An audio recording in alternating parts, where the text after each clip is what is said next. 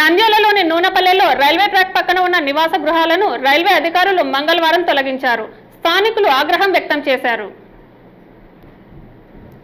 Nandyal railway స్థలంలో నివసిస్తున్న నివాస గృహాల సముదాయాన్ని రైల్వే అధికారులు రైల్వే అభివృద్ధి పనుల్లో భాగంగా మంగళవారం తొలగించారు.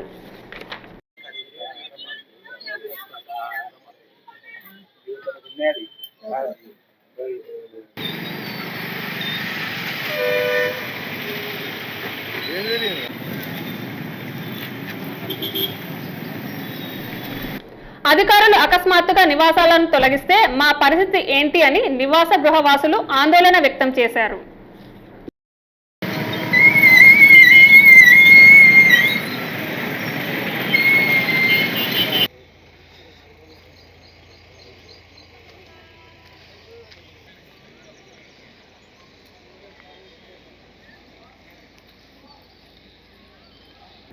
గతంలో ఏ ప్రభుత్వం వచ్చినా తమకు ఇళ్ల పట్టాలు ఇప్పిస్తామని చెప్పడమే తప్ప ఎవరూ ఇళ్ల పట్టాలు ఇవ్వలేదని ఆవేదన వ్యక్తం చేశారు.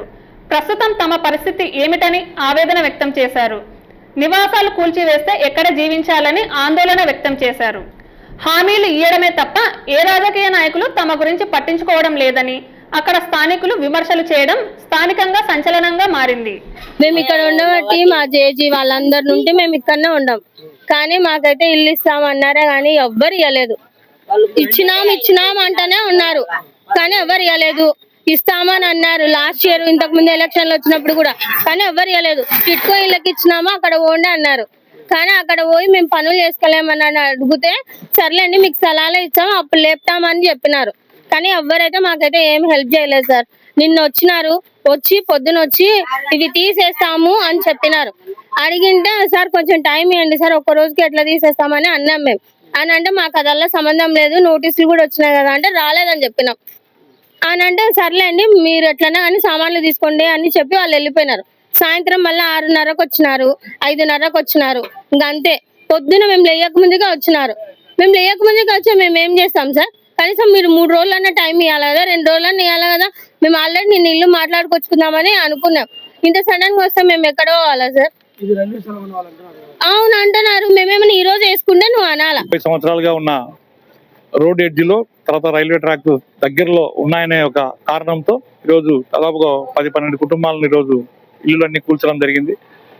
ముందస్తు సమాచారం పట్టాలు ఇస్తామని చెప్పి గౌరవ మంత్రి గారు పెన్షన్ ఇవ్వడానికి ఇక్కడికి వచ్చినప్పుడు కూడా మంత్రి గారు కూడా చెప్పినారు.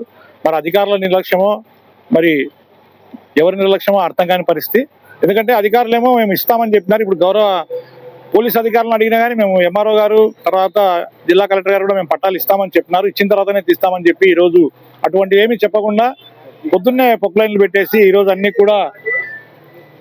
కూడా ఈరోజు చెప్పి వితౌట్ ఇంటిమేషన్ గా వచ్చి పొద్దున్నే వచ్చేసి మరి వాళ్ళ వస్తువులు కూడా ఏది తీసుకోకుండా ఈరోజు వాటన్నిటికి కూల్చడం జరిగింది.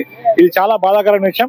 అభివృద్ధికి మేము ఎవరూ అడ్డం కాదు, ఎందుకంటే అభివృద్ధి జరగాలి. కానీ ఇన్ ద సేమ్ టైం వాళ్ళకు కూడా పట్టాలు ఇచ్చి ఉంటే ఇంకా చాలా బాగుండేదని మేము తెలియజేసుకున్నాం.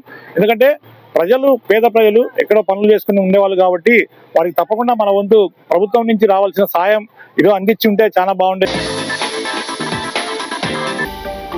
హలో అండి, నేను మీకు Rakshitha. Please do subscribe to Nandyal communications.